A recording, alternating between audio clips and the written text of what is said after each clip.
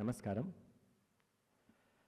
Navaratri, 9 incredibly powerful days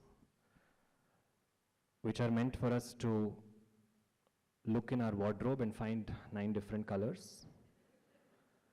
And that's it. That's what these 9 days are about. Yes? I see many people following some color code today, so don't say no simply. But on a more serious note, this is one of those beautiful celebrations which happens across Bharatavarsha and beyond. And each region in the country celebrates this differently. One common thread is that everybody connects to Ambal, to Tayar, to Amma Naure, Ammavaru, whatever name you call her by. However you refer to her, these are those 9, not nights alone, but 9 complete days when the divine maternal energy comes closest to the earth from above. And from the heart, it radiates at a maximum frequency. So getting in touch with that source is what these 9 days are all about. Today, we have the very interesting and very, very rare blessing to speak about a form of Devi that is in our midst all the time, literally and metaphorically, but we don't actually think too much about her. This form that you see so beautifully here in front of you is that of Annapurneshwari. Annapurna's worship happens in every home. We all are alive because of Annapurna. Agree? No disagreements there. Great. But what is this Devi's Katha? And what is this Devi's Tattva? How do we understand this goddess? Because if you look at any Aradhana of Devi, if there is no Annapurna, we cannot understand any other form. I'll explore that statement in a little while, but perhaps to just look at how our life cycle is also governed by this Annapurna, by how Anna does not refer to rice alone. Anna refers to anything that can be eaten is called Anna. So even if you are eating samosa, it is called Anna only. Anything that we eat plays a role in the life of every Bharatiya, not just from the perspective of physical nourishment, but from the perspective of shaping our rituals. Let's just scan and see from the time we are born till the time we leave this body and beyond. Is food involved in any ritual?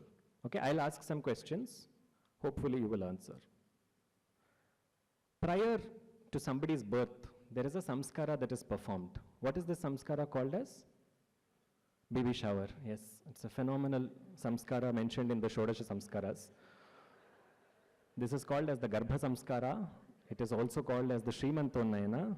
As to the best of my knowledge, no Shastra has named it baby shower. Pumsavana and Simantonnayana. It is not Srimanta, it is actually Simantonnayana.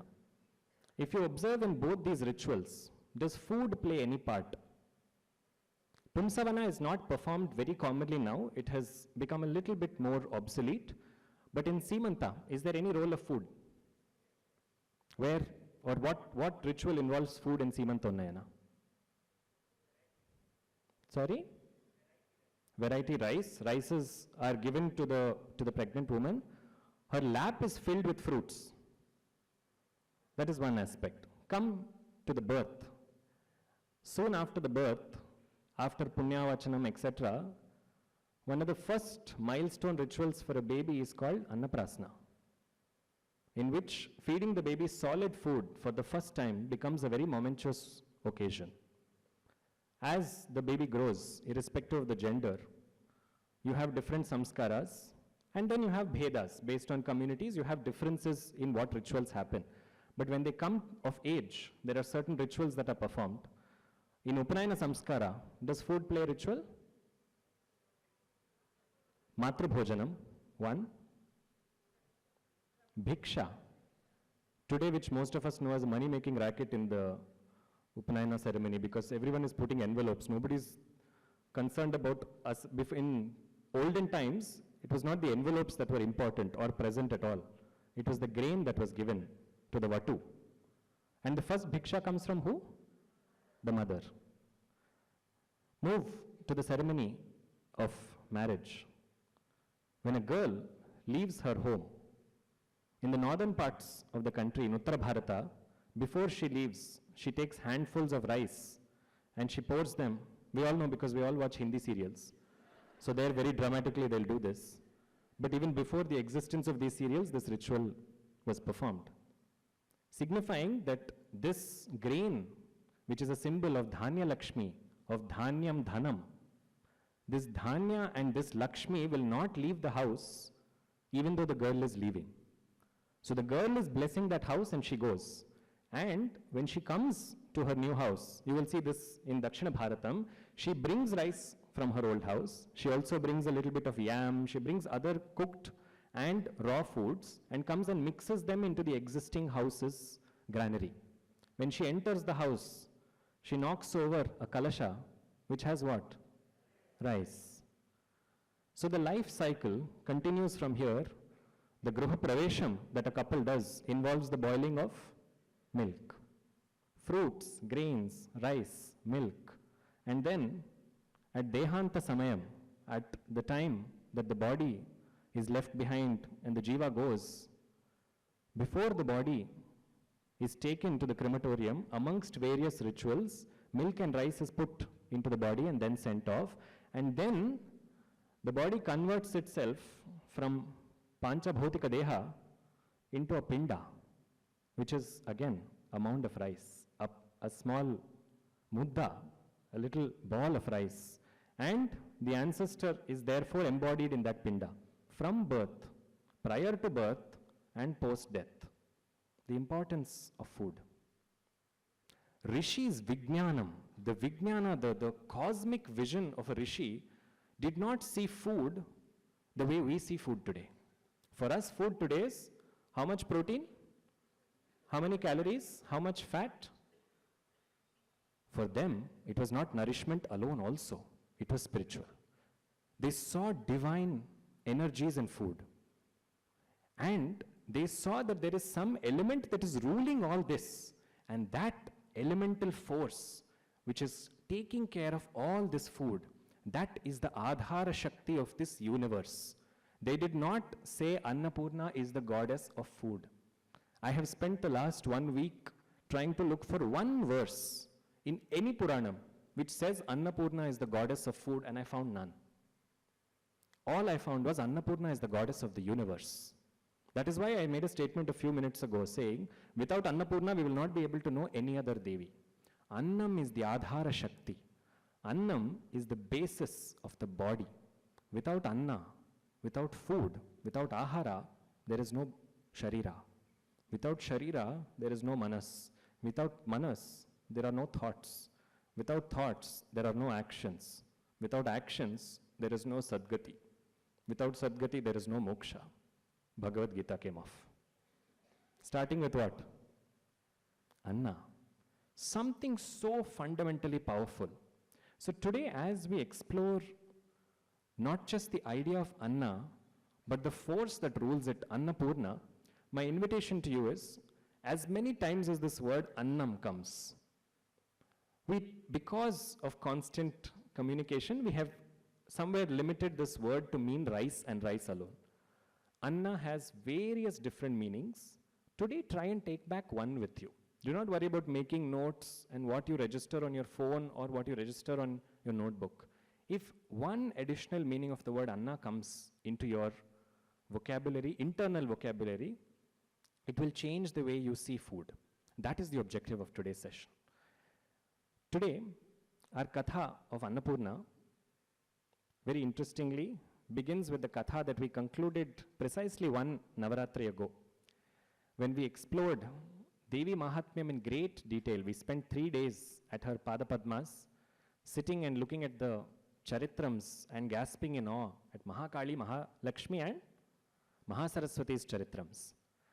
Post this, Devi, after she appears towards the last, you see this in the 11th chapter, she tells and proclaims very loudly, saying, in the future, there will come a famine.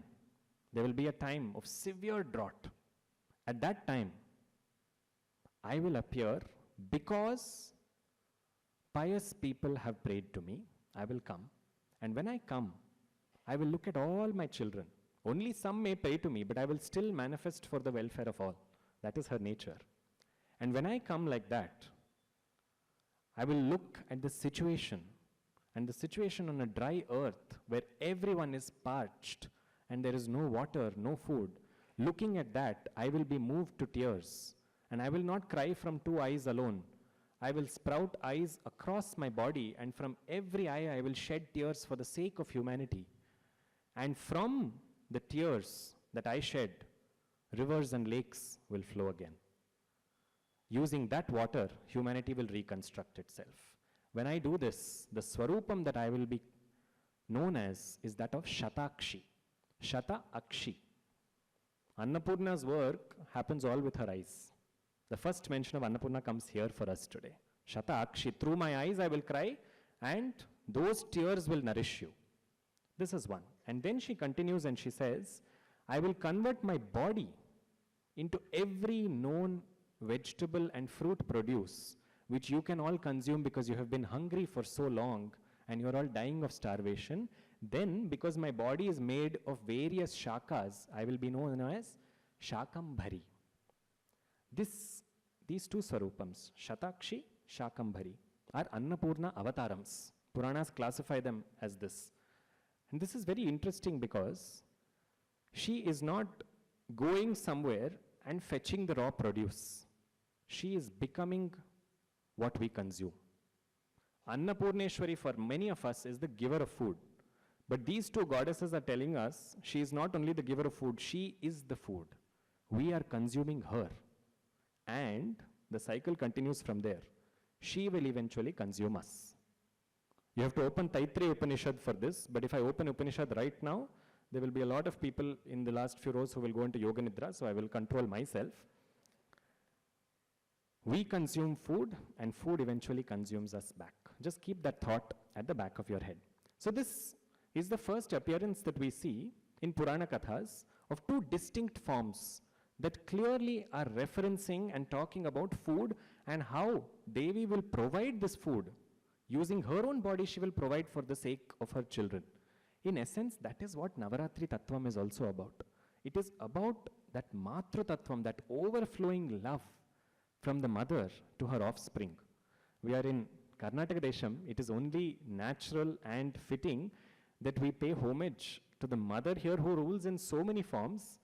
But now speaking of that form which sits upon the mountain of Rishyashringa Parvatam, which form is this? Sringeri Sharada Devi. Sharada Devi's Sharad Navaratri began the day after Mahalaya Amavasya. But actually there the celebrations begin one day before. On Mahalaya Amavasya day, the Alankaram that is done for Devi is that called Jagat Prasutika Alankaram. In Jagat Prasutika Alankaram, it is something worth seeing at least once in your life. And they also do it in the Shankar Mathas in Bengaluru. It's so beautiful that on Amma's lap, a small baby is placed. And essentially this form is not naming the baby. It is just saying there is a Shishu here. And she's taking care of that Shishu. She is entering the role of that divine maternal provider. Yadevi Sarvabhuteshu Matrurupena Samsthita. The next 9 nights, the next 9 days, show different ways in which she provides. That providing she does by giving food. But by giving food alone or by giving something else? This is a question that not only we, but a lot of Purana Kartas also had. And that takes us to one very, very beautiful story. The story is very popular, so I will touch upon the known parts of the story and we will delve into the unknown from here. So very clearly now it is established, hopefully, that Annapurna is the giver of food. First as Shatakshi, then as Shakambhari. She provides for all of us. Now, when she is providing and Srishti is in full swing, one day in Kailasa Parvata, just to rock the boat of happily married life, Shiva comes one day and he says, This Maya Srishti. When will humankind realize that all of this is Maya? Parvati says, I agree. Then he wants to poke a little bit more. So he says, Maya and all of this is only on one plane. But Atma Tattvam is on a greater plane. She doesn't respond. She says, I agree. He's wondering. Then he comes with the third jibe. Maya is actually inferior. And Mahamaya, which is created, which is you are Mahamaya Swarupini, all the Maya that you have created is actually not only an illusion, it's also nothing in comparison to Atma Tattvam. This Maya means nothing. It has no standing in the world of spirituality. Again she said, I agree. But this time, she did something. With one blink of her eye, she pulled all of Srishti into herself. And Parameshwara, as a Leela, it is not that Parameshwara wants to taunt Parvati, but these conversations between Uma and Maheshwara, they set the context for us to understand something. So, as a Leela, everything goes inside her. Everything does not mean there is pralayam. It's not that she has swallowed the entire world into her eyes. It means that she looked at all the created produce in the world and she said, you're calling this also Maya, no? I'll take it away. Let people sustain on Adhyatmata only. All food has gone into her. Suddenly plants are not growing. Suddenly clouds are no longer forming. Suddenly it's hot. Suddenly there is absolute displacement of seasons. It sounds like today's world. But this is because of us. This climate change is because of us. But there, it was because of her Leela. So, all of this is retracted into her. Parameshwara, as a Leela, has walked away. He goes and sits for tapas. When he sits for tapas, Parameshwara, who effortlessly is always able to go into a sthiti, a state of samadhi, suddenly he is not able to. He finds his own concentration wavering. He focuses and he gets past that block, but very soon Nandi comes. And Nandi tells him, Parameshwara, there are bhaktas, there are scores and scores of bhaktas on Bharatavarsha and on Bhuloka who are calling out to you. How are you able to do tapas? And Shiva tells him, saying, I cannot do tapas. If my bhaktas are not happy, I cannot do tapas. Where my bhaktas are satisfied and at peace, there I will be able to be at peace. But the cries of my bhaktas, that is what is preventing my concentration. What is bothering my bhaktas? So Nandi said, you come and see. So Parameshwara looks at all created beings and realizes what Parvati has done. She has withdrawn all food into herself. All nourishment has gone. When there is no nourishment, nourishment is on different planes. One is external nourishment. There is no food available externally. There is no source for food. It is not a lack of supply alone from the market. There is just no food being produced. All of the granaries are empty. This is one aspect. Internal nourishment. This is all external. Internally, mothers are no longer caring for their children. Fathers feel no love for their offspring. Between families, there is no love. Internally, people's hearts are drying up. Both these combinations together are making people cry. So Shiva sees all of this and he realizes the same Mahamaya that deluded the universe is the same Mahamaya that is nourishing the universe as well. That is why when we spoke about this in great detail in Chandi Mahatmya, we spoke about how Maya, we cannot say Maya is absolutely useless, Maya must be discarded. This is all pseudo-intellectual conversation. Because we will speak about this for half an hour in a day when we have some time for WhatsApp warrior business, or we want to talk on Instagram about the pointlessness of all this world. But when it comes to food, we are all eating. That time no one is saying, oh, all this is Maya, I will eat through my eyes alone. That we are all doing. Only when it comes to selective, our Vedanta is extremely selective in nature. So, Parameshwara sees and recognizes that this is Mahamaya's Leela, which is at play. And Parameshwara has, one of his most beautiful qualities is that he has absolutely no qualms, no hesitations in bending down a little bit himself and allowing the other character to rise. When his son once asked Brahmadeva, "O Srishtikarta, you claim to know so much. Tell me, what is the meaning of Pranavam?" Brahma said, Adu Pranava andre Omkara. Then Shiva's son, which son is this? Kartikeya said, Omkara andre? Omkara andre Veda ke beginning go. Veda ke beginning andre? Srishti ke beginning. Srishti ke arambha andre? Gottillappa. Andre Omkarada artha gottilva ninge? He asked Brahma then. So Shiva came and asked Kartikeya then, "Do you know Omkara's meaning, Kartikeya? Will you tell me?" he said. And Kartikeya said, yes, I will tell you, but for that, you have to become the Shishya and I have to become the Guru. So Kartikeya does Pranava Upadesham to Parameshwara. Today is Shashti, by the way, so by Kartikeya's own sankalpam, he came and sat on this dais. There, Shiva became a Shishya for his son with no hesitation. Now, happily he donned another role because he remembered, now, when all of this universe has gone back into her, it must come back from her. It went why? Because he started a conversation with her, suggesting that the material world, that all this Bhautika Srishti is not as important as the spiritual world. So now he must go and beg for her forgiveness. That begging. Sanatana Dharma is one of those belief systems or those ways of life in this universe across multiple faith systems which highlights, emphasizes and celebrates begging. It does not look down on begging. That is why bhiksha is such an important part of our daily life. So, Parameshwara says, Nandi, I started this. This Leela that she is continuing, I must go and assist in the Purnahuti of this Leela. I must help complete this Leela. And he took a begging bowl, a bhiksha patra. The Lord of the universe took a bhiksha patra and said, let me go and ask, let me go and beg from her to give the worlds two kinds of nourishment. What are those two nourishments? Internal and external.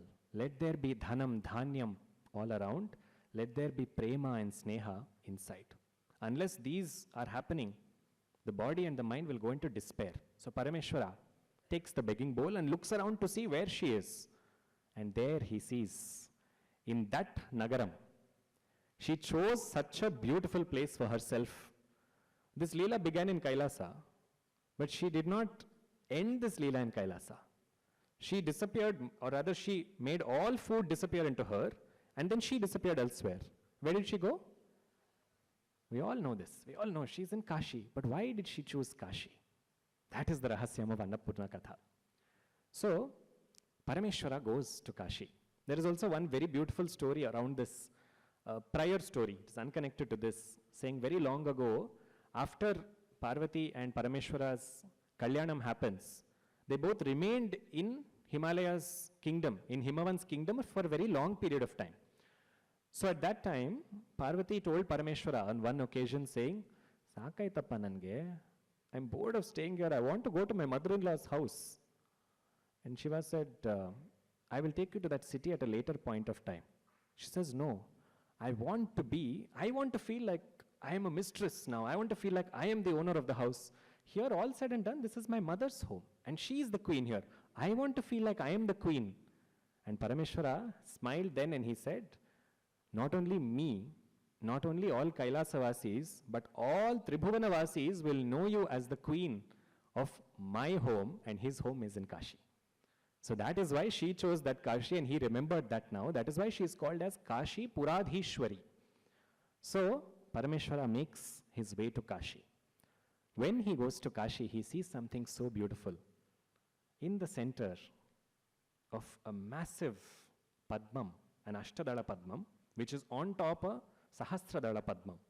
There is a 1,000-petal lotus. Inside that there is an 8-petal lotus. Inside that there is a goddess who is red in color, and she is seated so comfortably.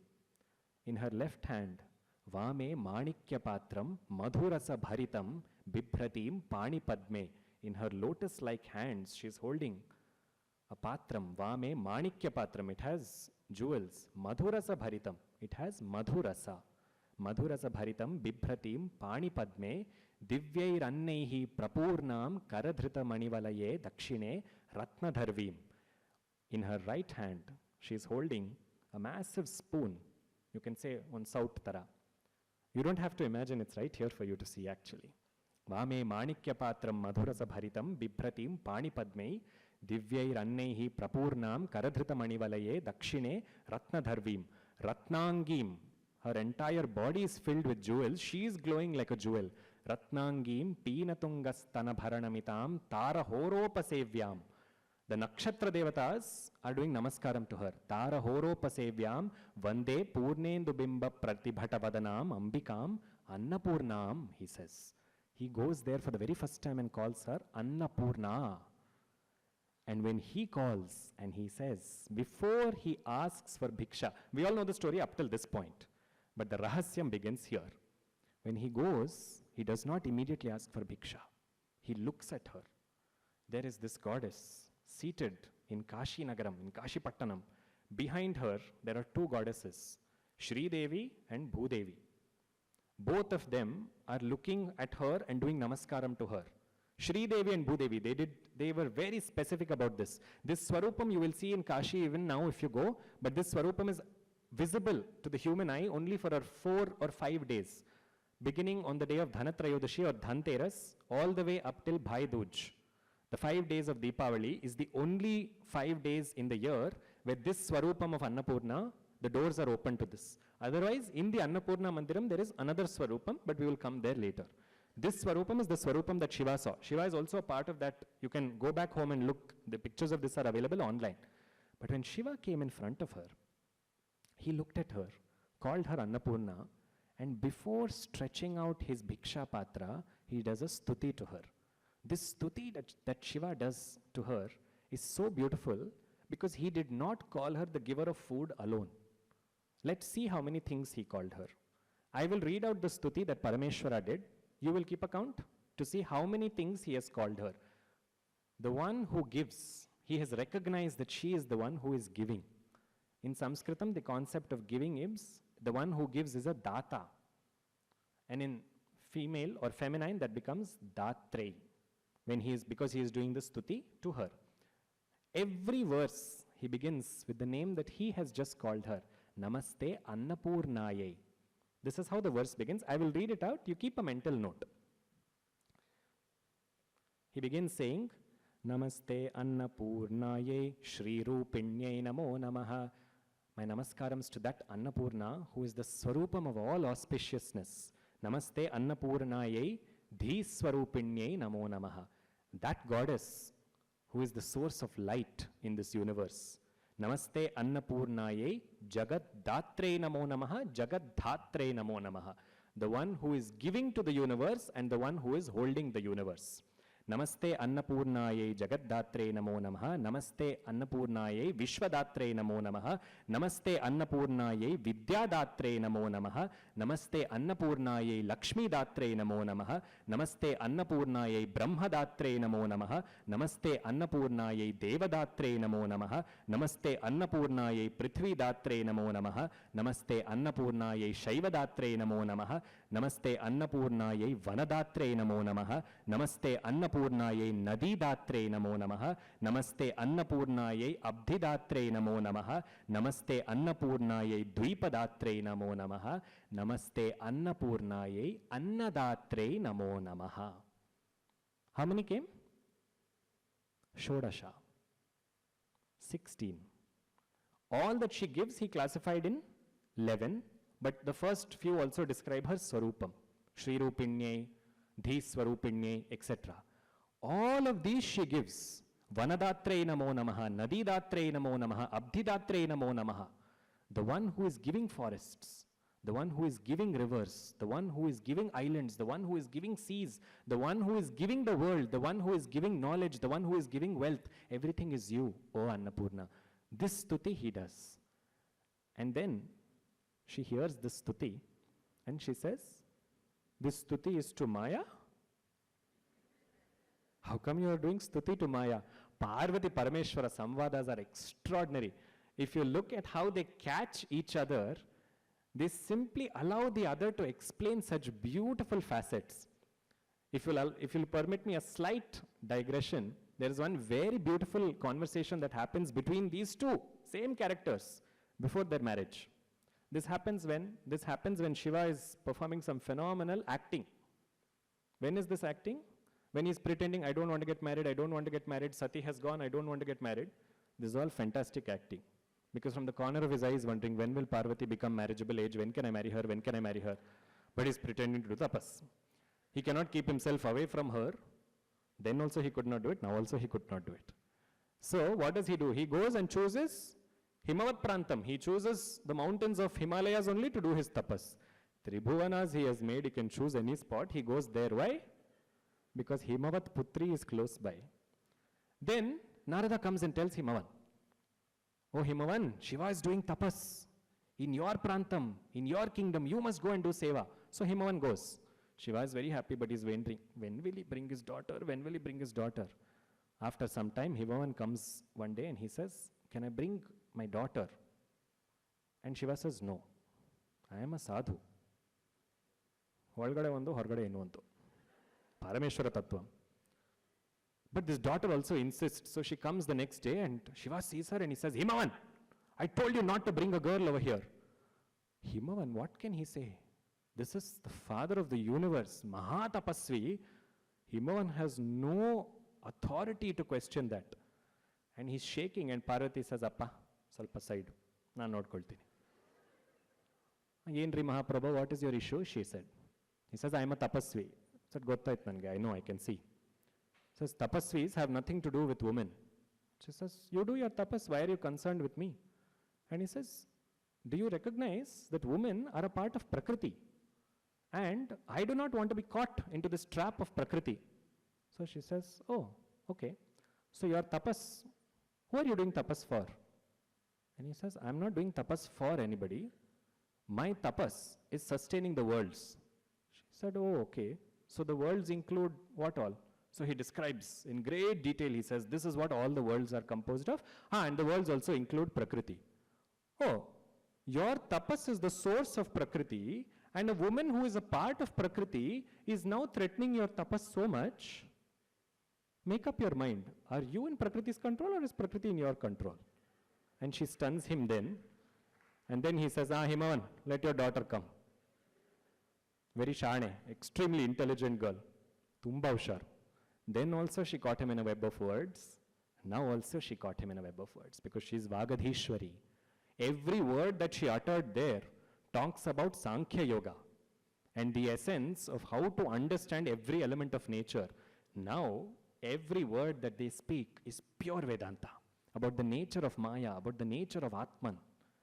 And here, when she asks Shiva so gracefully, there is not a moment in the story where Parvati has a grudge, saying, oh, you said that to me, I'm holding it against you. It's such a relationship of love that she just smiles and she says, is this Stuti to Maya? And he says, this Stuti is to Maya Tita Swarupini, who manifests as Maya and nourishes the world. Now nourish me, Annapoorna. And he stretches out his bhiksha patra. And when he does that, Annapoorna places bhiksha into Shiva's hands, into the bowl. What bhiksha does she place? What is in the pot? What is in the sout? And what goes into the bhiksha patra? If I tell you tomorrow, that will be Naivedyam in all your houses, no? What is that bhiksha? This is where Skanda Puranam, Linga Puranam, and the Sthala Puranams of Kashi do not tell you what she fed him. This is when Puranas do this, when Puranas give you a moment but don't describe the moment. Chidambara Mahatmyam, an entire portion of a Purana, Chidambara Mahatmyam talks about how Shiva came as Nataraja and danced for the very first time in Chidambaram, his Ananda Tandavam. They describe till that moment. But one line they give about, yes, he performed his dance and then he stayed back. They don't describe the dance. They don't describe the bhiksha. Why? Because these are moments when they want you to look beyond the literal. It is not about which day of Navaratri, what kind of sundal to make, whether to wear grey color, green color. Puranas didn't want us to stop here. Puranas wanted us to think beyond and recognize what is that bhiksha that she can give. So today we explore that bhiksha, taking excerpts from the conversation between Parameshwara and Parvati. These conversations are what the Taittiriya Upanishad explores, talking about the nature of Annam. She looks at Parameshwara and she says, this Annam that you are seeing, this Annam is responsible for life, Parameshwara. Let me tell you how. Annam is what is filling the earth, and Annam, the essence of Anna, enters into plants. Those plants are consumed by human beings. That consumed Anna enters into the body of human beings, and in the male body it gives rise to Virya or Tejas, or in English sperm. That Virya holds the essence of Annam. It's becoming a little philosophical, but it's morning time, so you won't be sleepy. But just catch on to the essence. Food in Bhuvanam, in the world, that food's essence goes into the body. In the body, particularly it's talking about the male body, there's a reason why. It goes into the male body and gets absorbed as Viryam. Viryam is the only liquid which comes out of the body which has life, because that sperm is then capable of going and producing life. So this sperm, which has the essence of Anna in it, goes into the female body. There it meets with the egg, which has arrived, or the egg has been created after the female has also consumed Annam. The essence of Annam is in both the bodies. The essence of Annam meets, and through that another form of life is formed. That new form now will depend on Anna once it comes out and once it is inside the mother's womb. So all of this Srishti is coming from Annam. So the same Annam that you said, that does not have too much of meaning and is not as important in the spiritual realm, this Annam is forming the basis of this universe, Parameshwara, she says. This is the literal aspect of Anna Bhiksha. We will explore a little bit about Anna Bhiksha and then proceed. Is that okay? Because the context of Annam, of Bhiksha, both these contexts, if we can understand this, we'll understand why Shiva became the first one to receive that Bhiksha. This idea of giving Annam, therefore, becomes very important, because Annam now has been recognized, food has been recognized as the source of the universe. In this universe, if you want to do good to anybody at all, feed them food. You may or may not have the capability to give them everything else that they need. For example, somebody comes, or somebody you know requires a certain kind of education, certain kind of formal training. You may or may not have it in your capacity to support him entirely, support him or her entirely. But if you fill their stomach, what will happen is the food in their stomach will nourish their thoughts. Their thoughts will again go to their actions. They will do actions that will be conducive to them finding the right kind of support system, and then eventually they will go on further in their path. For this, what do you need to do? Give them Annam. This concept of Anna Bhiksha, in today's world, we believe that the one who gives Anna Bhiksha is superior. In the case of Annapurneshwari, it's true. But in the case of Manavas, it's actually the reverse. The one who gives Anna Bhiksha is the one who is benefiting. Keep aside the story of the one who is taking it. For you to give, for you to have the opportunity to do Dhanam, there must be grace from above. Because if there is grace, it will give you the opportunity of Dhanam. If there is Dhanam, if there is donation when you have, and you say, not for me or mine alone, this is for everybody and I am freely giving. When you have that sentiment inside you, then the universe looks and says, this fellow is thinking about the universe, I will think about him. When you pray for Lokahitam and you do acts which are in accordance with Lokahitam and you don't ask for yourself, then Parameshwara will say, this one, she's thinking about everyone else, I'll think about her. That's what Krishna Paramatma said even in the Gita. Do selflessly, then I will take care of you. So that is the idea, that when you give Dhanam, don't think, I'm giving Dhanam, now by my Dhanam, your hotte will be full, your stomach will be full, and all that punya will come to me. By you giving Dhanam, you just rid yourself of some papa karma. Bhiksha kodakke arhate irbeku, bhiksha kodakke anugraha irbeku. Bhiksha tagolodu bere vishya. Bhiksha yar tagoltare, the one who is taking bhiksha is always Narayana Swarupa. Irrespective of any differences that you see or you believe, the one who has come to your door in today's times, those who appear for bhiksha at our door have also reduced in urban settlements. But if that opportunity ever presents itself when somebody comes to your door, never decline them, because Parameshwara came as Bhikshantanar. He came and said Bhikshandehi. Then every human being has that opportunity to say, let me serve Parameshwara. Because feeding somebody is also, or rather putting food into somebody's stomach, is worshipping the Agni inside the stomach. That Agni can only be worshipped through Aharam. That Agni is called Jatharagni. This is what Paramatma said in the Gita. Aham Vaishvanaro Bhutva Praninam Dehamashratah Pranapana Samayuktam Pachamyannam Chaturvidham. I am present as the digestive fire in every being's body. Using this philosophy, Ayurveda is built. It recognizes the power of the digestive fire and recognizes it as God. This Sampradayam looks at even the processes inside the body, the anabolic and the catabolic processes that are happening within the small intestine and the large intestine. Even that is where we saw God. That is the Rishi's vision. So how do you worship that Agni inside somebody? Some person has come in front of you. Inside them there is divinity. Where is there divinity inside them? I don't know, when I don't ask me, it's awkward. Where is the divinity inside them? Can you see it? Can you see it? Anyone's divinity when they appear in front of you? Physically you cannot see it. But the only way to recognize somebody's divinity is to know if they're alive. Correct or wrong? How do you know somebody is alive? That's not a hard question. How do you recognize somebody is alive? Breathing. Somebody said pulse. If every time you see somebody, you will not have to check pulse to know if they're alive. No. You will know. No. Visibly, they will be moving. There will be chaitanyam. There will be kadalika. That movement is happening because of prana. Prana is inside. Prana is not equal to breath. Pranayama not equal to breath control. There is pranam inside the shariram. Visible signs, eyes are blinking, they are responding to stimulus, they are moving. Correct? That is because of pranam.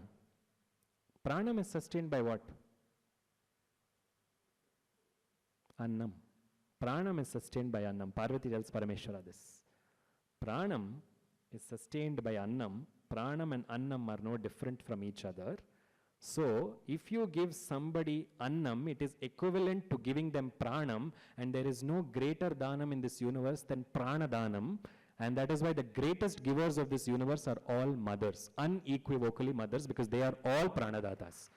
What a Samskriti that said this with conviction. Said, giving life is the greatest Dhanam. Everybody cannot give life. The male can only give the impetus for life. It is the female who ultimately gives that life shape and form. Within her, that life is formed. All of this in one grain. You don't have the physical capacity to, or you don't have the bodily capacity to give pranadhanam, give 1 grain of rice. Pranam will be formed because of you. That will go into your bank account, into your karmic account. That is all one dhanam can do. That idea continues from there, because the bhiksha that Annapoorna gives on one hand is about this bhiksha, but she also gives another kind of bhiksha. Anna bhiksha is the first, the second is jnana bhiksha. That bhiksha, if you ask, she will give it in a phenomenal measure.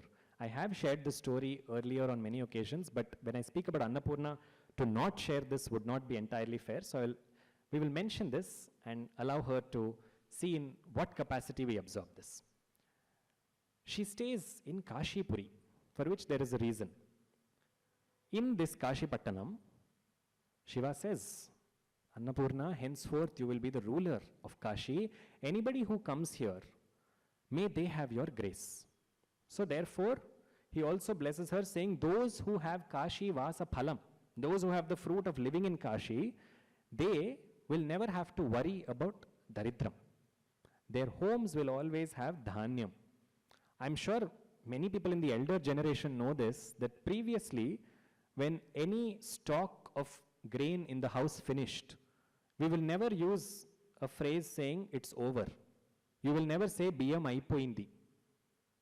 You will say biyam nindipoindi. It is overflowing. Meaning I need to go replace it. Even in our speech, we will not say there is no grain at home, because not being there is an ashubham.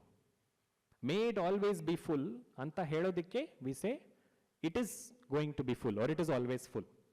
So because of Parameshwara and Parvati's sankalpa, in Kashi everybody has dhanyam. And one fine day, one rishi came from Naimisharanya.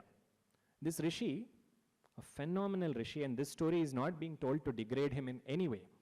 This story is to explore how, when such a powerful rishi is also subject to the mind and all its twists and turns, how much more careful we have to be. This rishi, when he came from Naimisharanya, he was thinking to himself, after writing 18 Puranas and the Mahabharata, I am convinced of only one thing. There is no greater truth than Hari himself. Who is this rishi? Vyasa. So Vyasa is harboring the small thought, Achyuta is the greatest. So he comes to Kashi Kshetram. Kashi Kshetram has, every devata lives in Kashi. So even Vishnu has so many kshetras there. Vyasa goes to Bindu Madhava and there does darshanam of multiple devalayas of Vishnu, does his namaskaram, and then he comes to Vishwanatha. When he comes to Vishwanatha, these manovikaras are there, no? We don't know when they will take charge of the mind. So he comes towards Vishwanatha and he looks at Vishwanatha Lingam and he says, there is no greater devata than Hari. Refusing to do a namaskaram to the lingam. When he does this, his left hand gets paralyzed. He's not able to move it. Suddenly in that moment, he realizes what he has done. Nandi has cursed him.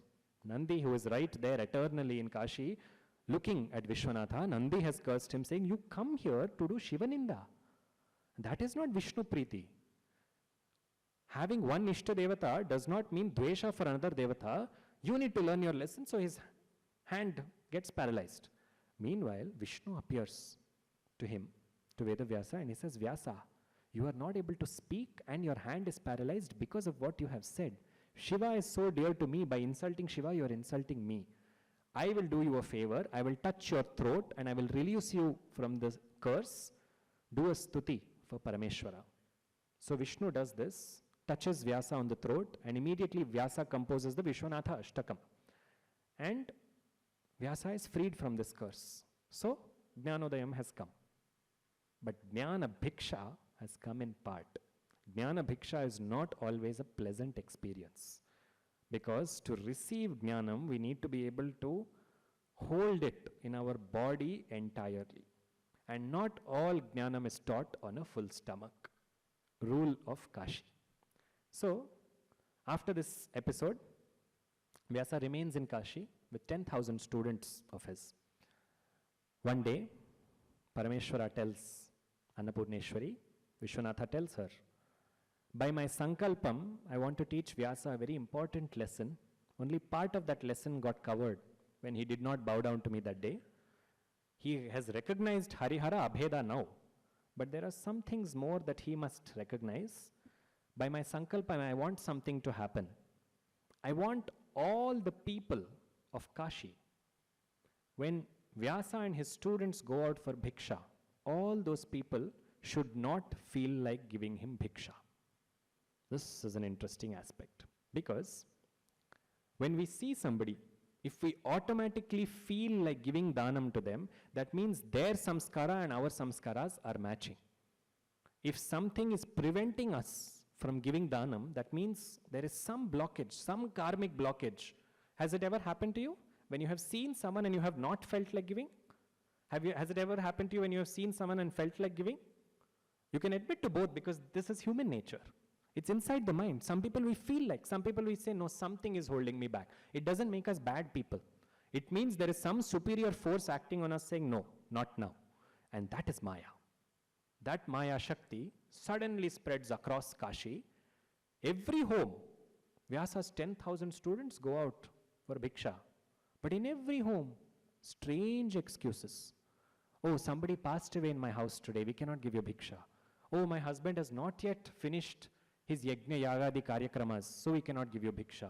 Oh, I am just about to leave home for many days now, I do not have the time to serve you. This happened for one whole day. And the Shishyas of Vyasa noticed that other sadhus and other munis were receiving bhiksha, only they were not getting. So they wondered what happened. Who sent a WhatsApp message to everybody saying, don't give these guys?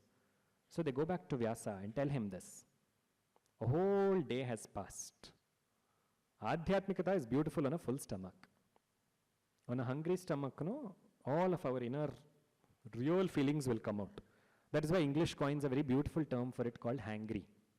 When you are hungry and therefore you become angry. That has happened to any of you? It's not happened. Okay, it's happened to me, so I'm only speaking from experience. Vyasa is irritated. What is it about Kashi Vasis that they are not giving bhiksha? Is there no grain? He says. No. Everyone has grain in their houses. In fact, others are getting bhiksha, only we are not getting. So Vyasa says, okay, tomorrow we'll try again. Vyasa is no ordinary muni. It's not that he gets irritated at the drop of a hat, but hunger does things to the body. Hunger does things to the mind. One Ekadashi will come, no? We'll know this. All other days, when we are busy in our work and we miss eating a meal, we don't realize it. But when the day we have to fast, the number of times we will look at the clock and say, Abba, yavag mugiyatte do? When will this finish? All of those, human mind.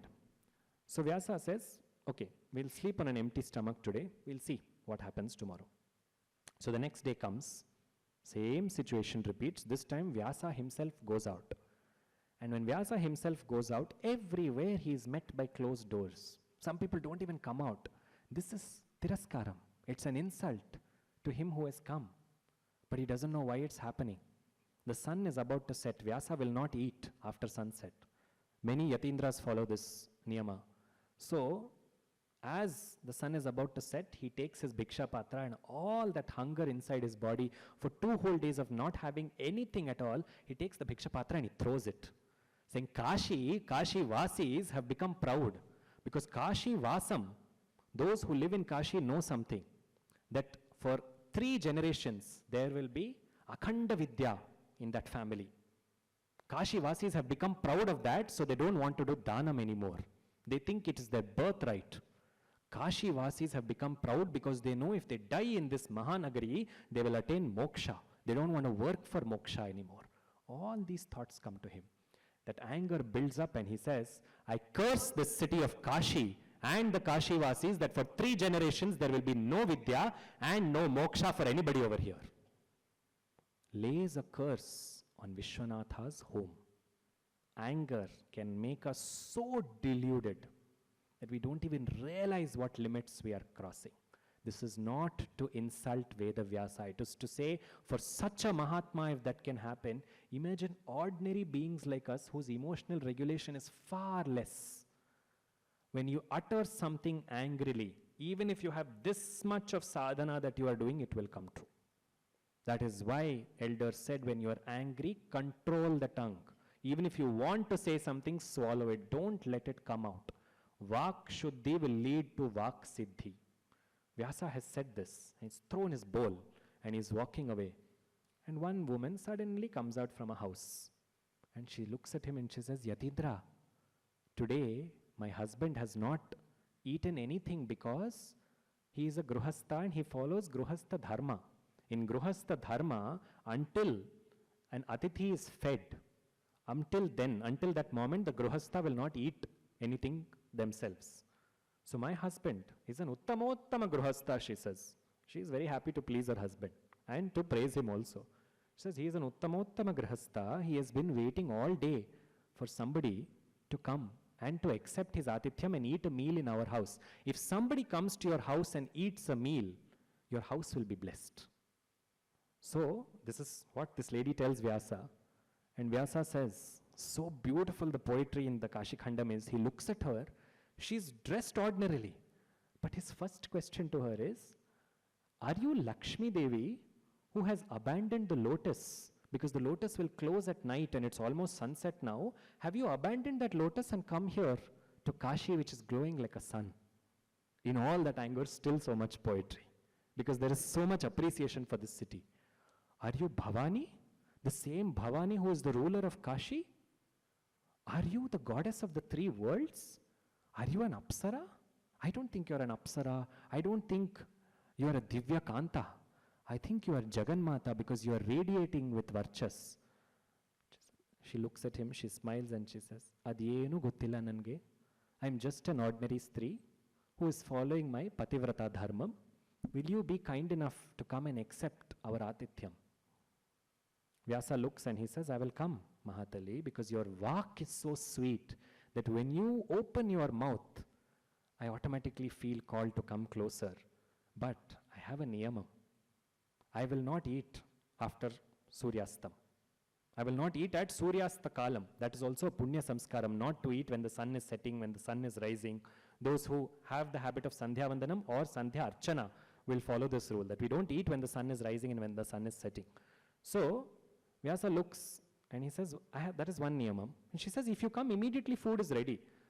And he says, okay, but I have 10,000 students with me. Unless they are fed, I will not eat. And she says, by my husband's blessings, this house has enough. For 10,000 people, for 1 lakh people also it has, you come. So Vyasa goes. And when he goes to this ordinary looking house, inside it's a massive bhavana.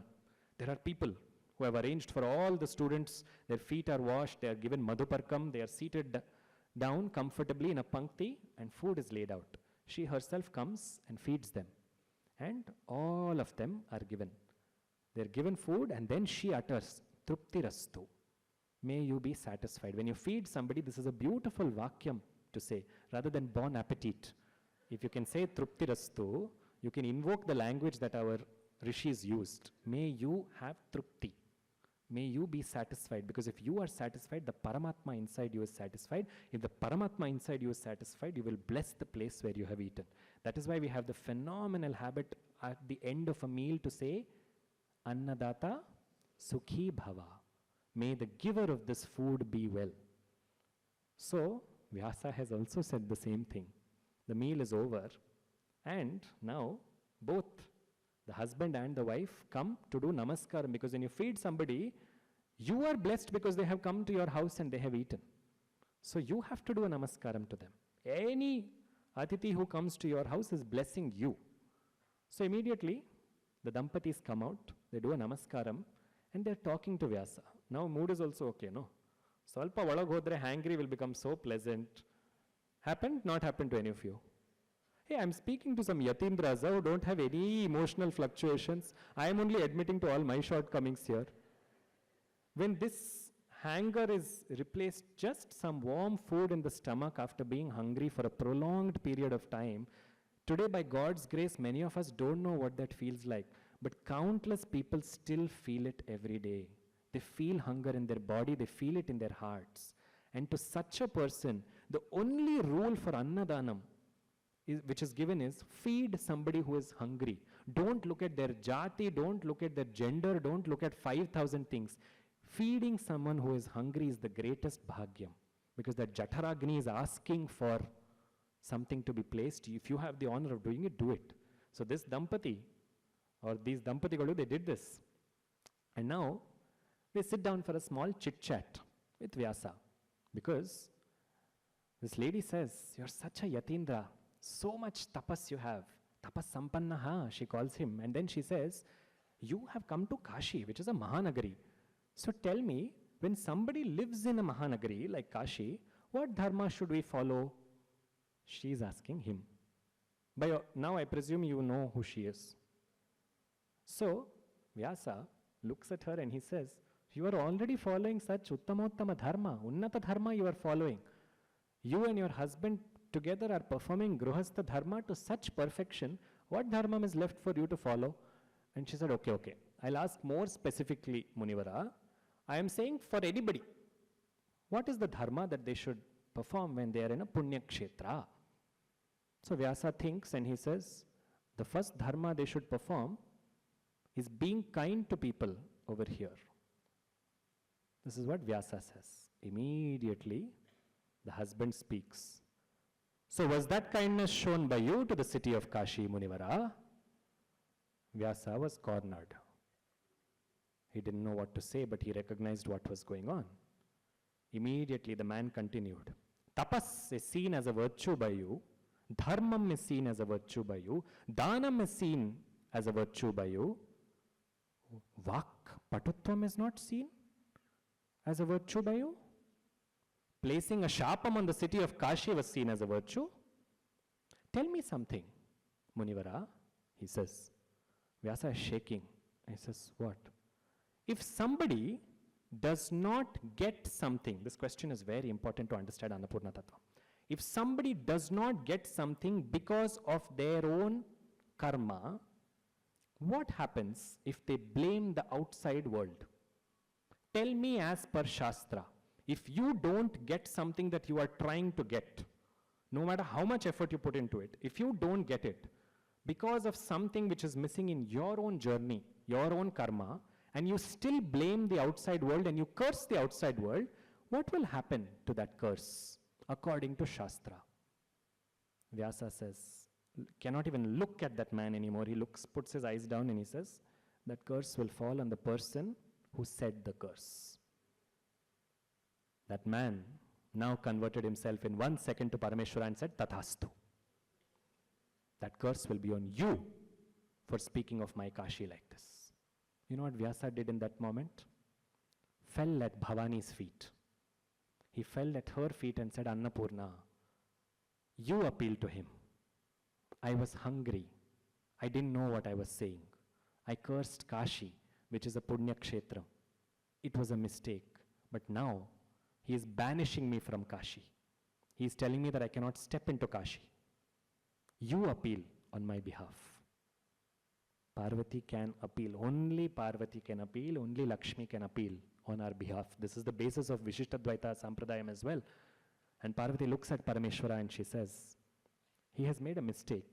In his hunger, he has said something about this Mahanagari. It is a mistake, he has to be punished. But don't take away the bhagyam of entering Kashi for him. Allow him to come here every Ashtami and every Chaturdashi. Let him come here. Let him have Kashi Vasam, at least on those 2 days. For the remaining days of the month, let him live on the other side of Ganga. Vishweshwara again said, Tathastu. Vyasa Kashi is on the other side of Kashi till date. Now, this story talks about many, many things. On one hand, this story is illustrated to talk about how you need to control what comes out of your tongue, especially when you are in kshetras. When you are in kshetras, you do not know who is who. Even if someone ordinary is arguing with you about something basic, do not engage with them. You don't know who they are, just respectfully bow out of the situation. But the second is about the humility that is required when you ask for bhiksha. When you ask for bhiksha from the divine, not just from people around you. When you ask for something, you cannot demand it saying, hey, kortyo ilvo. Stretch your hands out in humility and say, Bhiksham dehi kripavalambanakari. Stretch your grace, your compassion and fill my bowl. Kripavalambanakari. Bhagavad Pada puts such a beautiful word there. Mata, Annapurneshwari. Oh Annapurna, give. But give because of your grace. There is one more beautiful stotra that Shankaracharya writes in which he says, Bhiksham pradehi girije. O Girija, O daughter of the mountains, Bhiksham pradehi girije, kshuditaya mahyam. I'm hungry, Amma. When a child says, I'm hungry, she'll not say, I won't give now. No mother does that. Here on the earth itself, a human mother, a child can be however grown up, but if the child comes home, even if the child says, you know, I'll tell you all about my day, the first and only question on a mother's mind is, have you eaten? That is a glimpse of Jagannata's tattvam inside her.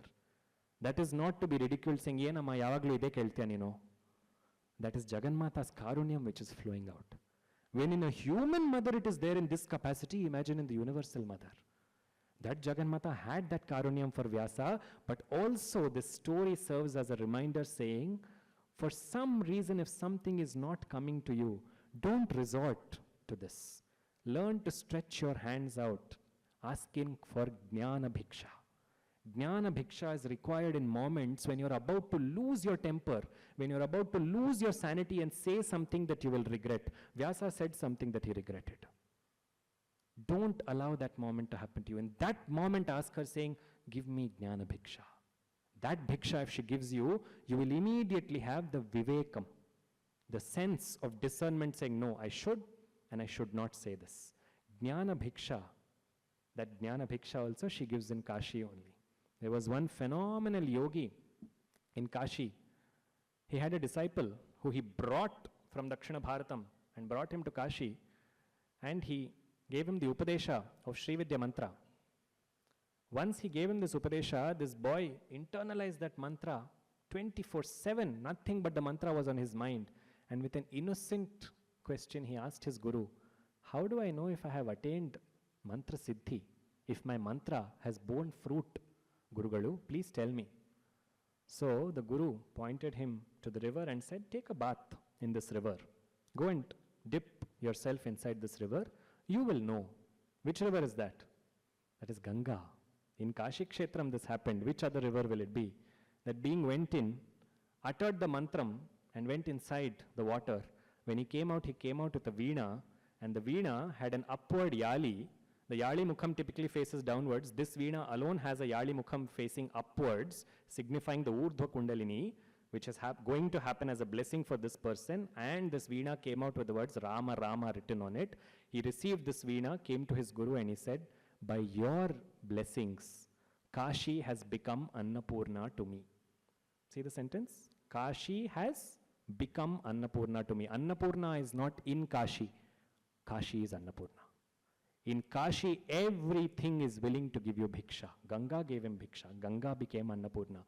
This being that came out of the river is none other than Sri Muthuswami Dikshitar, one of the Sangeeta Trimurtis, and his guru, Chidambaranatha Yogi. His samadhi is still there in Kashi.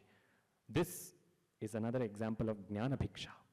That Jnana Bhiksha that she gave to Chidambaranatha Yogi and said, bring this boy and initiate him and send him back, because he will create a wave in the world of Sangeetam that will touch generations to come.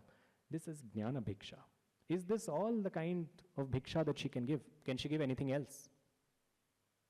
There is nothing she cannot give. Anna Bhiksha, Jnana Bhiksha. One of the most underrated forms of bhiksha that she can give, which if you ask for this bhiksha itself, your life will be enough. Most of us don't even think of asking for this bhiksha. I'll explain what that bhiksha is, but this entails an elaborate story. Are we ready for this? We're all nodding because too much of Taittiriya Upanishad happened, no? This story explores a king who was in the lineage of Raghu, one of the ancestors of Ramachandra. So there is a king by name Dhruvasandhi. Dhruvasandhi has two wives, Leelavati and Manorama. And from both of them, he has one son each. Now, what happens is, the king dies unexpectedly. So when the king dies, immediately an heir has to be placed on the throne. So his elder queen's son, his elder queen is Manorama. Manorama's son, Sudarshana is his name. Sudarshana is immediately placed onto the throne. However, the younger queen's father objects to this. His name is Yuddhajit. So he comes and he fights with Manorama and with the boy, and he says, he comes from Ujjain till Ayodhya, because this is Rama's lineage. So he comes there and he says, look, by hook or by crook, my daughter's son is going to sit on the throne. He threatens. Now, in those social times, there is someone who has just been widowed. She has no army, nothing of her own, nobody she can trust. So she just confides in the minister, and they decide the best thing is, let's flee. Let's just escape, because there is no telling. What if he comes tomorrow and cuts our heads off? I want my son to be alive. So they decide to go off to the forest. So she takes the boy, her little son, what's his name? Sudarshana. And she takes this minister, whose name is, in some places mentioned as Bilala. So they go away to the forest. They go to Bharadwaja Muni's ashrama. When they go to Bharadwaja Muni's ashrama, the boy is growing up over there. He has no recollection of his past after some point because he's a very young boy, even when he's placed on the throne. And now when he's here in the forest, he's happily growing up. The boy has a slight lisp.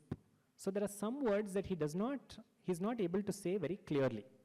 So one day he and his friends are all playing. So I told you 3 people were in the forest. Manorama, her son Sudarshana, and the minister. The minister, as I said, in some version is known as Bilala, Ballala. There are various versions of it. So all these boys are playing one day and the minister is walking past. This boy is observing that all the other boys are trying to call the minister.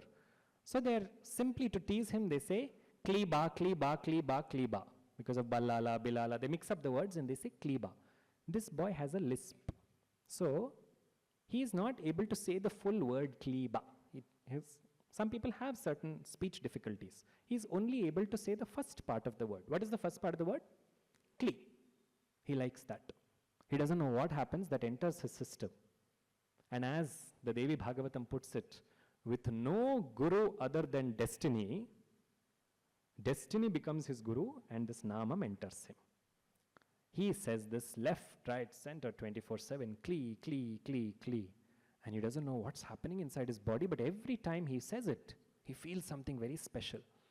What he doesn't know is that Kli is the Moola Bija of Kama Raja. There is a Bijam, an Akshara, where if you put Klikara and Makara together, you get a phenomenal Bija. That Bija, he was saying the root of that Bija constantly, with innocence. He didn't Google and say, what mantra should I do for me to go back and earn the kingdom? It just came to him. So he kept saying it. Soon it was time for him to learn archery, dhanurvidya and all the other vidyas. And the rishis in Bharadwaja's ashrama were surprised because the same boy who was struggling with speech some time ago now has become so confident in his speech. He didn't tell anybody what he was doing.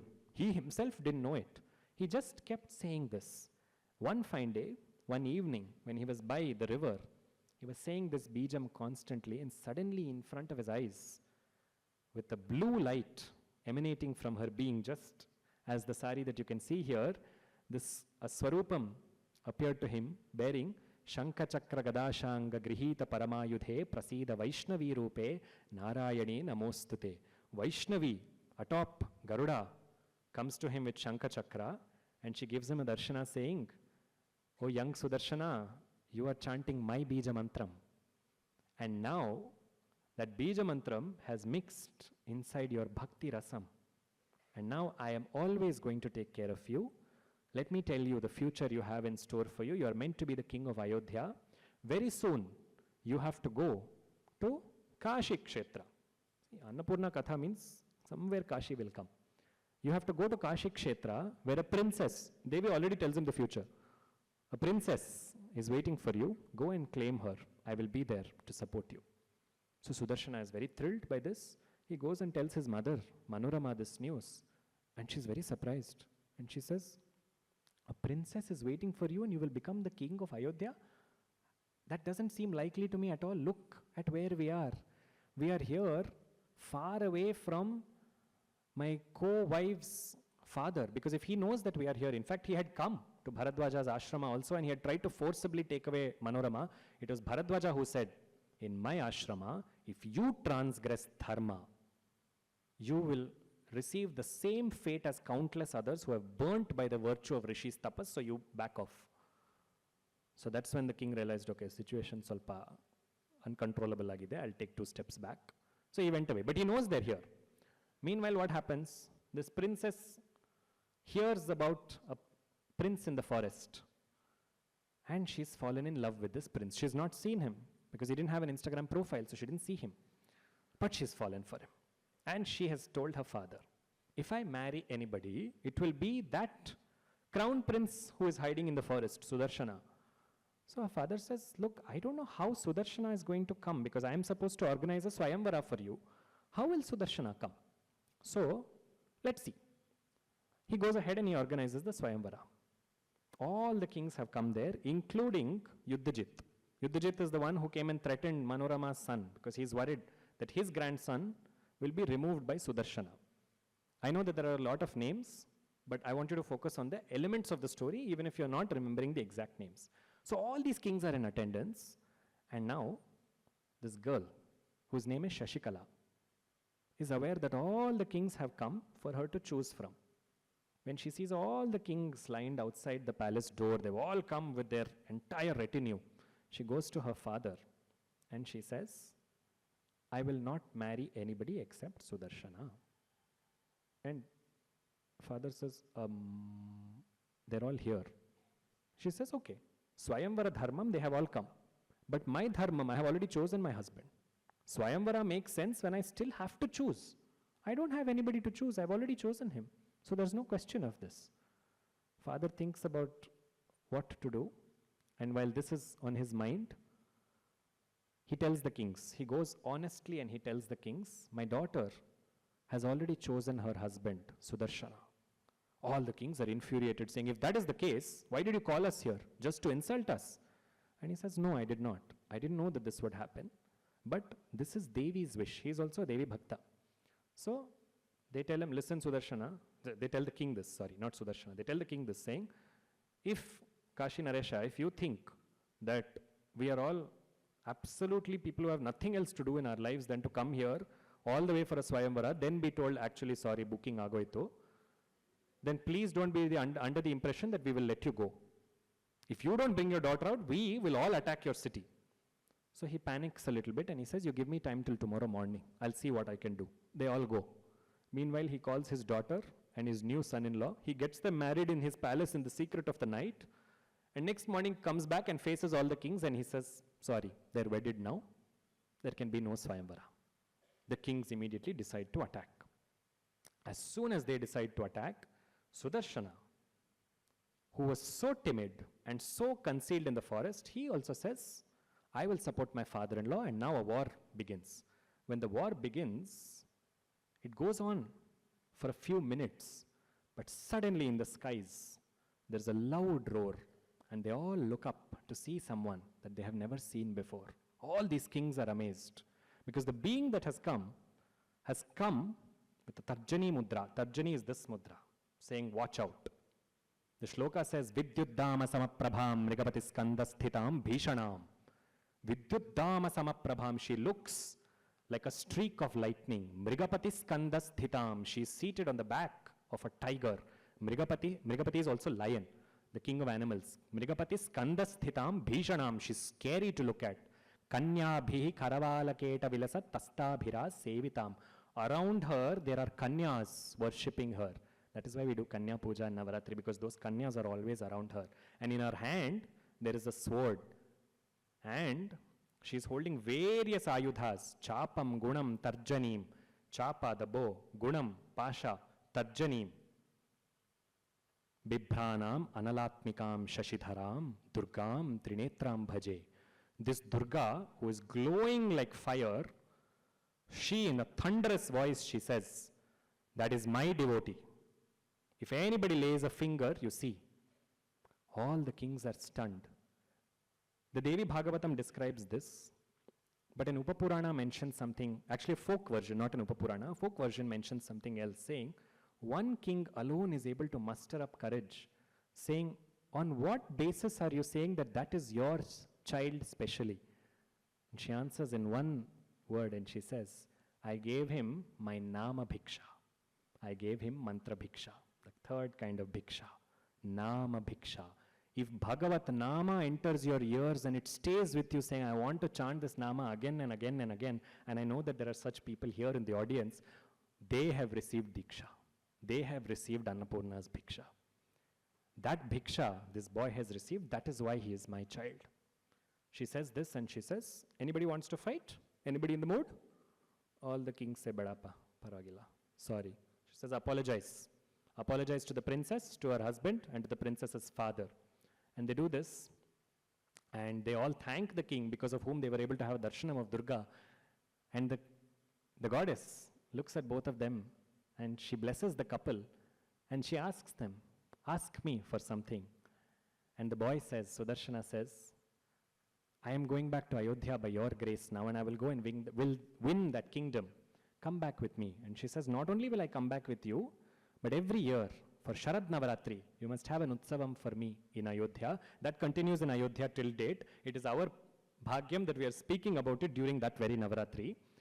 Additionally, she also tells him, I appeared here and I told the world that I have given you my Nama Bhiksha. So I will stay back here as another form of Annapurna. I will stay back here as Durga. This is the Durga of Kashi, who is present at the Durga Kund, very close to Sankat Mochan Mandir. This is that very Durga who appeared to protect the devotee that she gave Nama Bhiksha to. That Durga is also Annapurna Swarupam. Ganga is Annapurna Swarupam. Annapurna is Annapurna Swarupam. Durga is Annapurna Swarupam. How many kinds of Bhiksha over till now? 3 kinds of Bhiksha. Is this all she can give? Is there anything else she can give? She can give you Dhana Dhanya Samriddham. Your home, your heart will be full. Internal and external wealth she can give you. She can give you, what is the second kind of Bhiksha? Jnana Bhiksha. Your heart can be full with knowledge. Anything else? Mantra Bhiksha, Nama Bhiksha. Your guide for life. Because everyone around us will come, will go. At some point or the other they have to. Namam alone will remain. Namam alone is the companion that will go with you to a next life. If you do Nama Japam seriously in this life, and for whatever reason, if you're destined to be born again, the Namam will come back and protect you then. There's no doubt about it. Purva Janma Samskaras will result in you saying the Namam when you least expect it, if you dedicate yourself to that Namam here and now. So this is one aspect. But there is another kind of Bhiksha she gives. That is Prana Bhiksha. If someone is in dire need and you ask her, Bhiksham Dehi Kripavalambanakari Mata Annapurneshwari, she will give. There was one woman who knew her husband was going to die. He had 1 year to live. And she said, I will still marry only him. And I know he will live. We will see what has to happen. And she goes to the forest, taking care of her blind parents-in-law and her husband. She alone is counting the dates because she knows that he is going to go. And on that fateful morning when he is supposed to go, that very morning she has completed a vratam. The Purana does not describe, the Mahabharata does not describe which vratam. It just says 2 words, Jagannmata vratam. She performed a vratam for an entire year. What vratam, what kind of sundal, what color she wore, how much she advertised on Instagram, how many steps golu, nothing.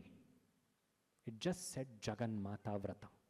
Because this woman knew that the goddess who wears time as an ornament, Tatanka Yugali Bhuta, Tapanodupamandala, Tapana Udapamandala, Surya and Chandra are her Tatankas. Time reports to her, she does not report to time. So everybody's time is being reported to her. Time is our boss. Surya and Chandra are the keepers of time.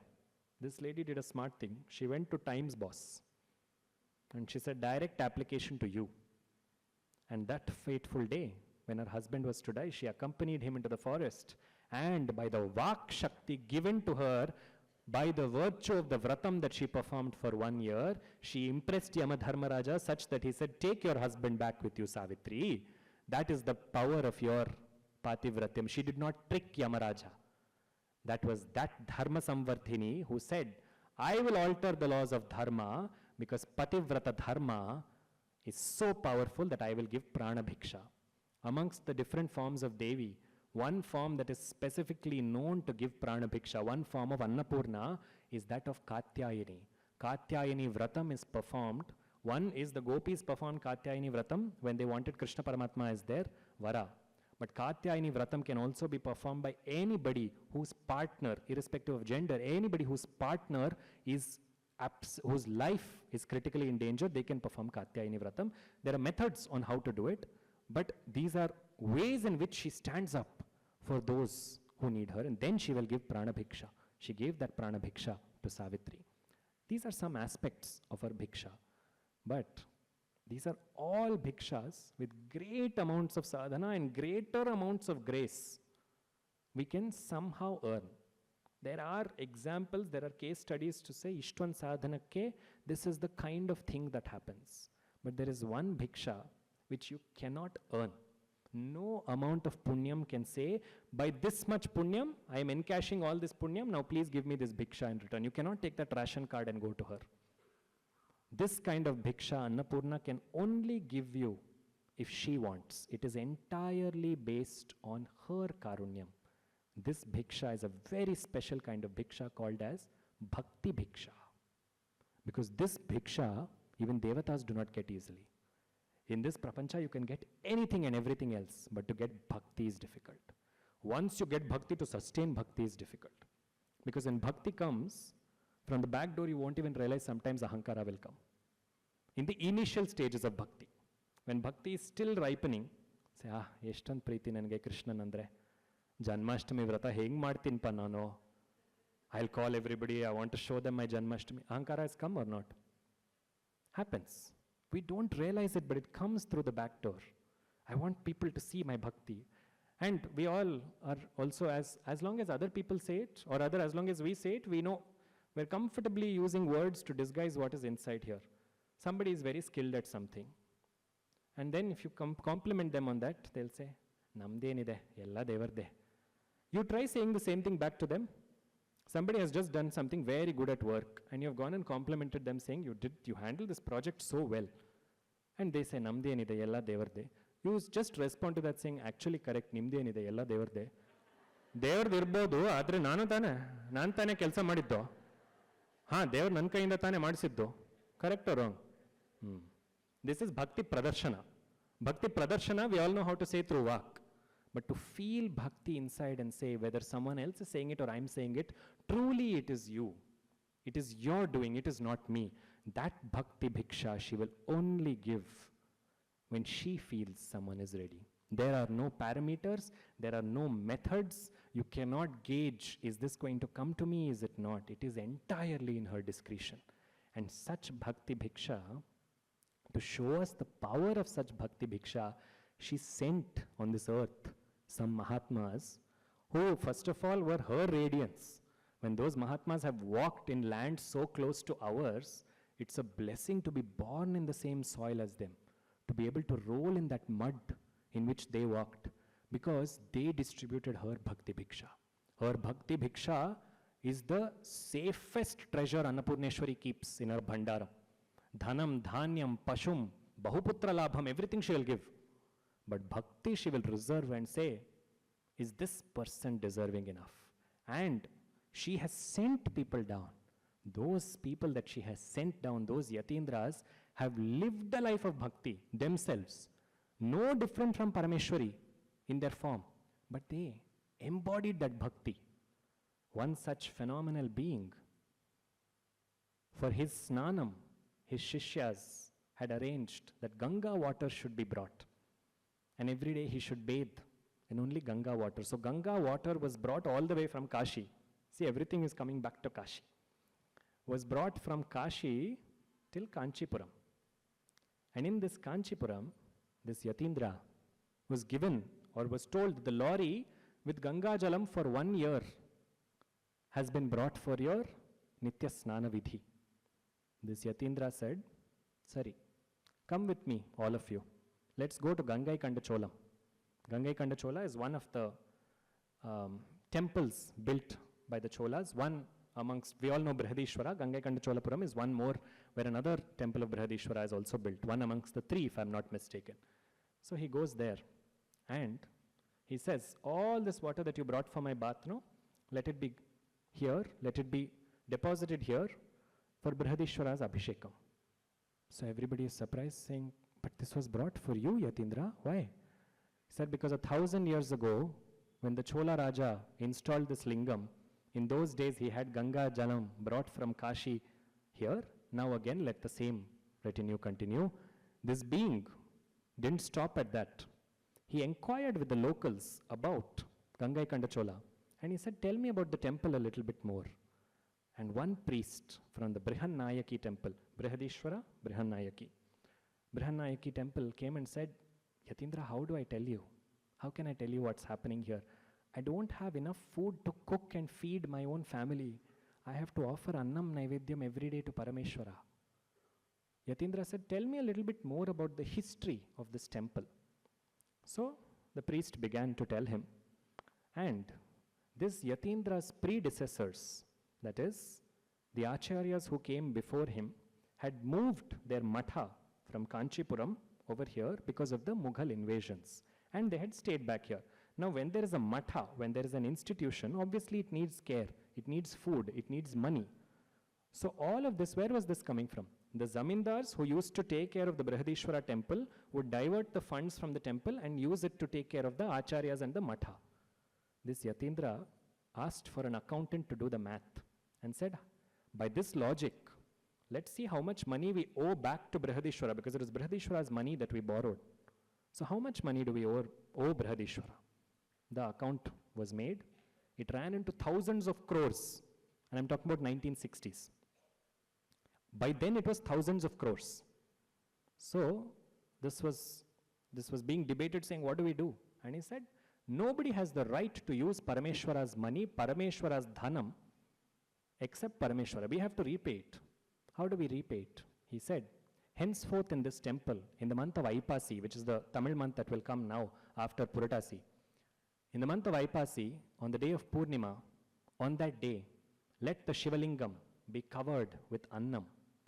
How much ever Annam is used to cover, and Brihadishwara in Gangaikonda is massive, just like in Tanjavur. How much ever Annam is used to cover him, let that be distributed amongst devotees. They did this and found that over 30,000 kgs of rice was used.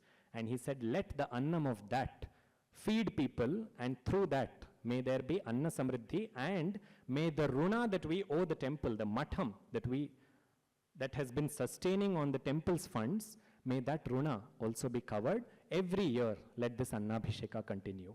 This continues till date in that temple. By now, many of you know the Yatindra that I am talking about is none other than Sri Chandrasekharendra Saraswati, that walking Devudu, Naduche Devudu as he was called, Nadanda Devam, that Chandrasekharendra Saraswati who was Kamakshi incarnate. There is no doubt about it. But he showed what it is to remain in bhakti. He is a Yatindra. He is the Kanchi Paramacharya. When Ganga Jalam is brought for him, he said, let it be taken to Shiva, because that Ganga Jalam belongs to Shiva. When he recognized and made everybody realize that yes, the Matham, which has been dependent on the funds for this temple for so long, and we are grateful to them, let us show that gratitude back. He showed it not only to the temple alone, but to every person who visits that temple to this day, they will receive Anna Prasadam. That is because of him. That kind of a bhakti bhiksha, only 1 in a million will have. We are fortunate that a few years after him, we move in these lands, because his sparsha and his fragrance is still in the air. Such people know the essence of Annapurna Tattvam, because Annapurneshwari in Kashi, but in Kanchi also she is called Annapurneshwari. In fact, one of the names in Kamakshi's stotras is Kanchi Annapurneshwariyai Namaha, she is called, to the Annapurneshwari of Kanchi. Because in Kashi, she gave Anna Bhiksha.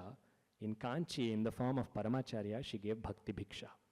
That Bhakti Bhiksha he continues to give. You read his Charitram, the way he inspired and continues to inspire people onto the path of Bhakti. The way in which he said, live that life of love. That prema, if you live, eventually, when she feels you are ready, she will fill you up with Bhakti. Tyagaraja Swami, such a phenomenal Bhakta, asked for Bhakti Bhiksha. In a composition, he says, Bhakti Bhiksha Miyavaya Rama, Satvika Magu Bhakti Bhiksha. Give me that Satvika Buddhi. May that Bhiksha be with me, because without this Bhakti, if you give me Veda, Upasana, Purana, Shastra, Tattva, Vedanta, and Japa, Prasanga, all of these, you know what it is like? It is like taking a dead body and putting a turban on the dead body and then putting jewels on the turban and saying, so beautiful. All of your spiritual sadhana without bhakti is like that. Tyagaraja Swami said, don't look at me angrily. He said it. That is the level at which bhakti has been placed, and bhakti can only be given by grace. Bhakti cannot be earned. That is why they said, if there is a bhakta in your vicinity, honor them. Bhakti knows no age. Prahalada, Dhruva, Nachiketa, Markandeya. Bhakti knows no age. Who has given them that Bhakti bhiksha? Annapurneshwari. And when she has filled them with, what about her own? When she fills someone else's plate, if you are giving somebody food, your patram will finish, no? It will not finish. It will finish. But her name is Annapoorna. She can keep giving. She will not deplete. Her resources will not deplete. She has no requirement for replenishment because she is the source. She is infinite love. That infinite love. You take out infinity from infinity, how much do you get? Don't say zero, please. If you take away infinity from infinity, how much will you get? She can keep giving you. She will always have. That is her tattva. What is the bhiksha she gives? Predominantly in Kashi? Anna bhiksha. Now let's look at this Kashi tattvam a little bit as we bring this to a close and talk about why is Annapurna there in Kashi, sitting there and giving us all these kinds of bhikshas. Anna bhiksha, Bhakti bhiksha, Jnana bhiksha, Nama bhiksha. All of these she's giving us. She's sitting in Kashi Kshetram. Where is this Kashi Kshetram? Kashi is made of 5 layers predominantly called as the Panchakrosha. Panchakrosha Vistirnaha iti Kashi Kshetraha, they say. That it is 5 enclosures of varying heights. So those who actually follow the vratam of staying in Kashi, even the railway station and the airport, they don't visit during that time because they have to be inside Kashi. Kashi is called as Panchakrosha. The body also has some connection to 5. The body is also made of 5 layers. What are those called? Panchakosha. What is the first kosha? Annamaya kosha. The body is made of annam. This we all agree about, no? This is the first layer. Second layer is prana or mano? Sure. Because anna sustains prana. So, annamaya kosha leads to pranamaya kosha. Prana in turn sustains the mind. So, manomaya kosha. The mind in turn supports intellect. So, you have Jnanamaya kosha. And this intellect in turn supports what? Sorry? Bliss. This kosha safeguards the bliss of the self. The innermost kosha called as the Anandamaya kosha. Now come back to Kashi Kshetra. Kashi Kshetra has many names. One of the names of Kashi Kshetra is Anandavanam. Sanandamanandavane vasantam anandakandam hataprapa brindam varanasinatham anathanatham Sri Vishwanatham sharanam prapadye. There Vishwanatha rules in Ananda Nagari. Kashi is called as Ananda Nagari. Kashi has Annapurna. Annamaya kosha, Anandamaya kosha. Everything, mother here, father here, in between everything is Kashi. That Kashi is here inside the body. The external body she makes. The internal body she protects. As Annapurneshwari on the outside, as Vishwanatha on the inside. The entire Kashi Kshetram, to show this aspect, she says, I am the ruling goddess of Kashi. If there is no Annam, none of these truths exist. So therefore, O Parameshwara, don't insult Annam. Don't reduce Annam. This is a samskara. Taittiriya says exactly this. Annam nanindayet. You cannot say something. When Upanayana Samskara is done for children, and I'm not talking about the Upanayana Samskara that happens one day before marriage. That is an extraordinary function which I do not want to speak about on this platform. When Upanayana Samskara is performed in the right paddhati at the right age, the Vatu is taught niyamas, Sandhya Vandana, Devata Anusthana, etc. He is also taught Ahara niyamas. When you are taught Ahara niyamas, how to do parishechana of your food, how to respect your food when you sit and you eat it. Amongst the respect, the different activities that you do for your food, one of them, which should be practiced by anybody irrespective of Vatu, irrespective of Upanayanam, is don't ever criticize the food that you are eating, because the food that you are eating will influence your thoughts. Your thoughts are your first guide. Therefore, your thoughts are your guru. Therefore, your food is your guru. If you insult the food that you are eating, it is equal to Guru Ninda. That is why For children who have Upanayana Samskara, when they're eating the food, first of all, you should never ask them how is the food at early stages in their thing. Because children, being children, will answer honestly. Children will not hold it back. But if a child is still mature enough, they are taught that no matter what, you must always say the food is good. Later, after the meal is over, you can silently go and tell the person who cooked it, yeah, maybe a little more salt will help this. But never do you have the authority to say, this food is bad, I don't want to eat this. Again, we live in times of very dramatized cinema where people are shocked in a moment and they drop a plate full of food, drop a plate of rice. This nonsense is not what Sanatana Dharma said. Sanatana Dharma said, that is God. That is your Guru. You cannot do Guru Ninda. Honor it. Respect it. The way we talk about food, the way we look at food, if you miss these clues, you'll miss an entire relationship with food. Today's parents are understandably anxious about how should I raise my children, what book should my children read. It's not what books your children read. It's what habits you set for your children. I will make an exception and use this as one of the only times I will speak about my own upbringing, where I'm grateful to a home, to parents who never let us watch TV, me or my brother, never let us read a book while we were eating. When we were eating, our entire concentration on our food alone. Today, 30 years later, I recognize the power of that value that I was imbibed with. I still cannot get myself to do that. Because that is Prana Shakti, that is Praneshwari, Pranadatri, Pancha Shakti Tharupini. That Praneshwari will go inside here. That goddess, Annada Vasudha Vriddha, Brahmatmaikya Swarupini.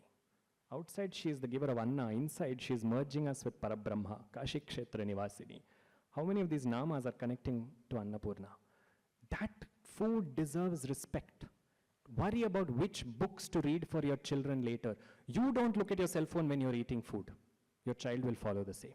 Teach by example, not through preaching. Change the way they look at Surya Bhagavan, change the way they look at food. Your children's bhavishyat will be secure. Mark my words. Because if they stop looking at Surya as a glowing ball of fire, why are we praying to him? Then they will recognize Paramatma Tattvam. We spoke about Surya Katha in great detail. But your children will only do that if you do a namaskaram to Surya at that time. If you are able to do that for him, your children will imbibe that. Then Surya will come. Surya is called as the consumer of all food. Bhudevi is the giver of all food. Bhudevi is Annada. And he is the consumer of it. This is what Vishnu Sahasranamam says. Annamannada yevacha. Annada is the one who is eating. The one who is giving, the one who is eating, everything is me. Everything has to be respected in that process. See, we're sitting here talking about Surya Katha, so talking about Annapurna Katha, all these things. Bharatiya Samskriti is linked to our habits, not to our texts alone. Our texts simply frame the context and tell us something as simple as food is this powerful. Irrespective of what belief system you come from, can you look at your food from today, from the next meal that you have, wherever it is, whatever it is?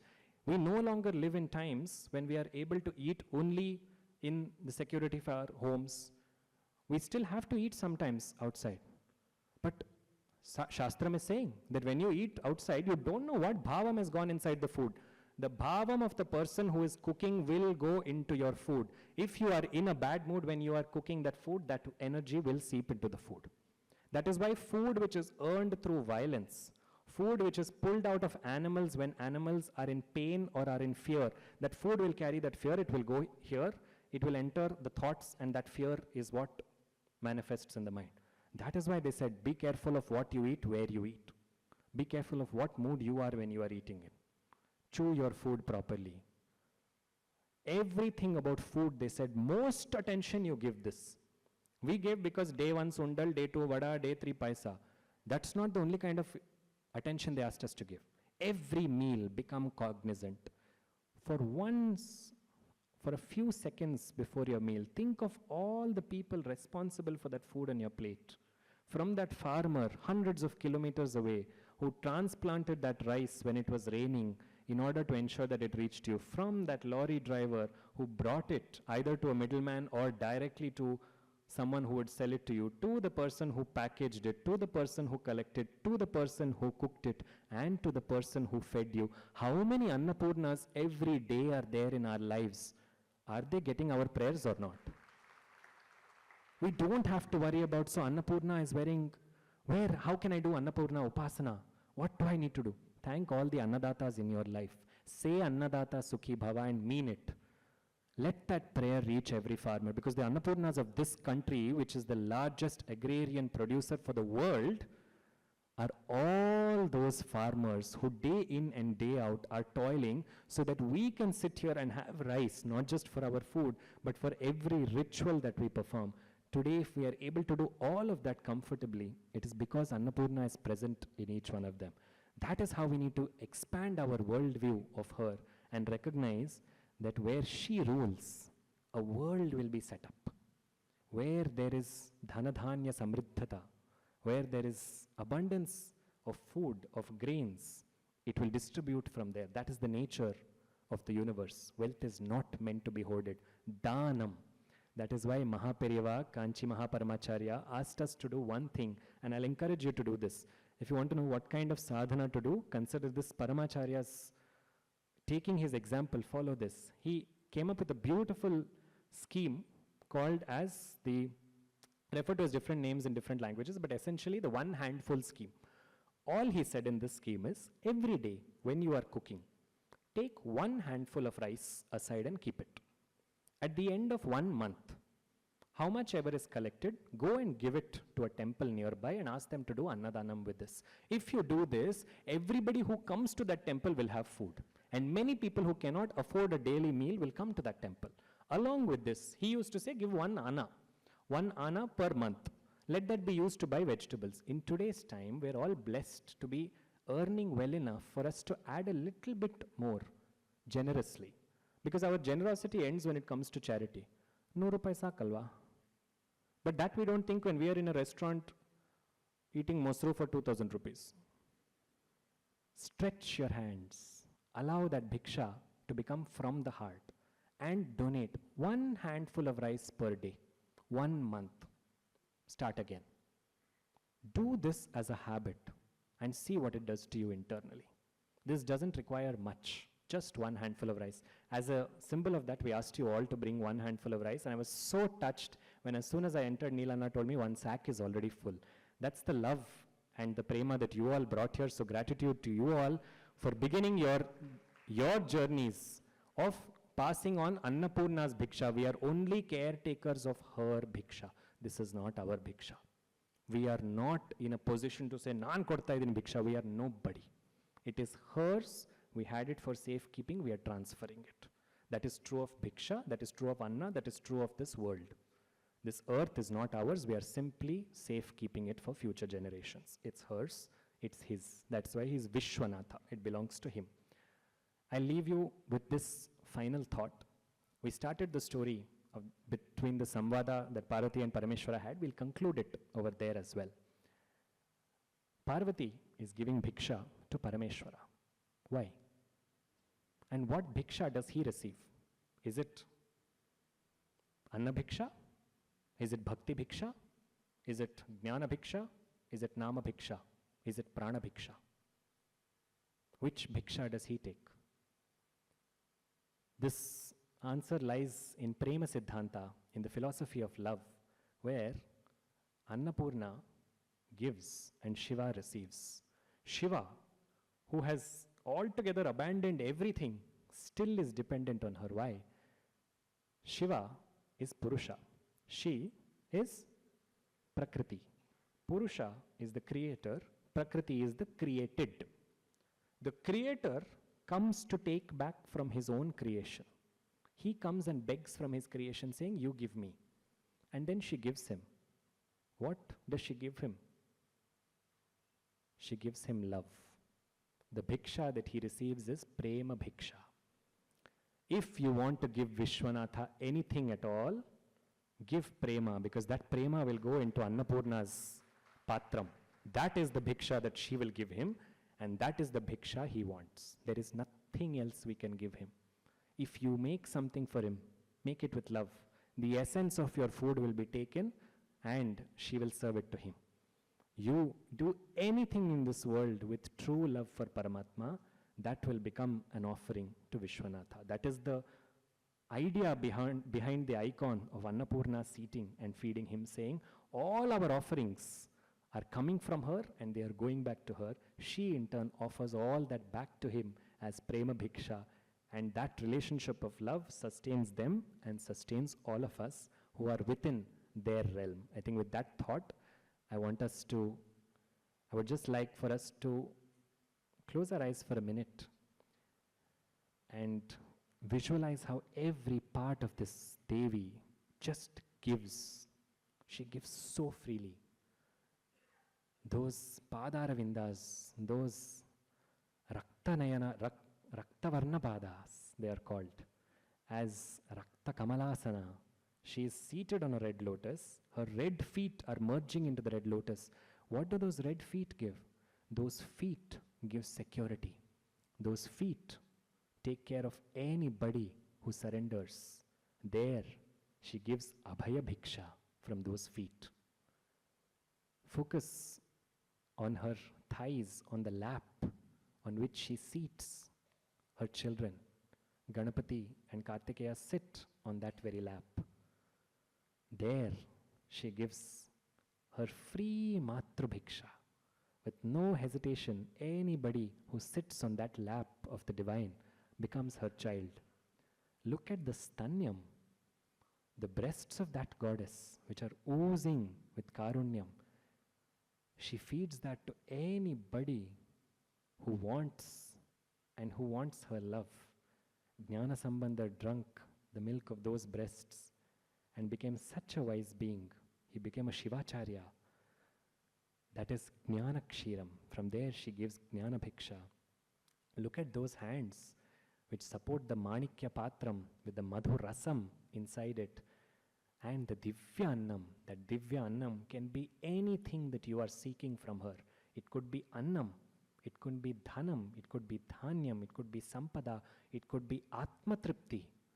Anything that you seek is in the Patram that Annapurna holds. Ask her for that Bhiksha. Ask her and say, Bhikshan Dehi Kripavalambanakari, Mata Annapurneshwari. That Kashi Puradhishwari is so incredibly kind and compassionate that from her eyes, which are radiating love, she has nothing to give but that love in every tangible and intangible form.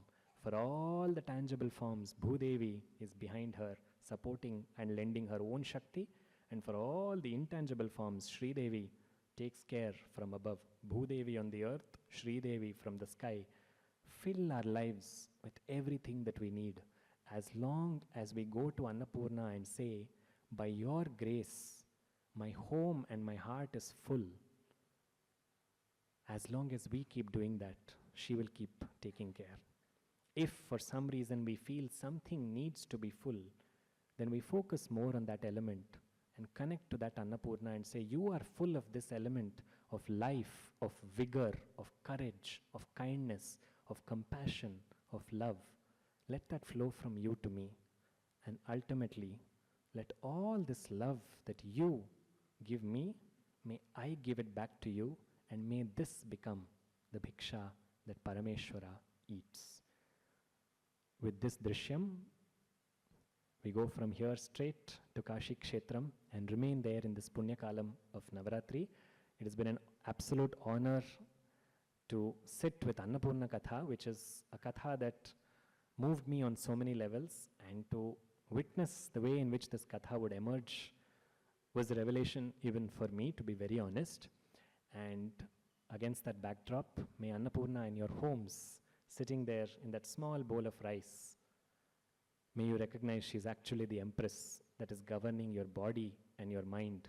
In every meal you eat, in every breath you take, and in every word you utter. In your manasa, in your vak, and in your karmanas. Manasa, vacha, karmana, may you see that she is filling our senses. That is why she is Annapurneshwari. Sarvam Shri Vishalakshi Annapoorna Sameta Shri Kashi Vishwanatha Parabrahma Padaravindarpanamastu. Swasti.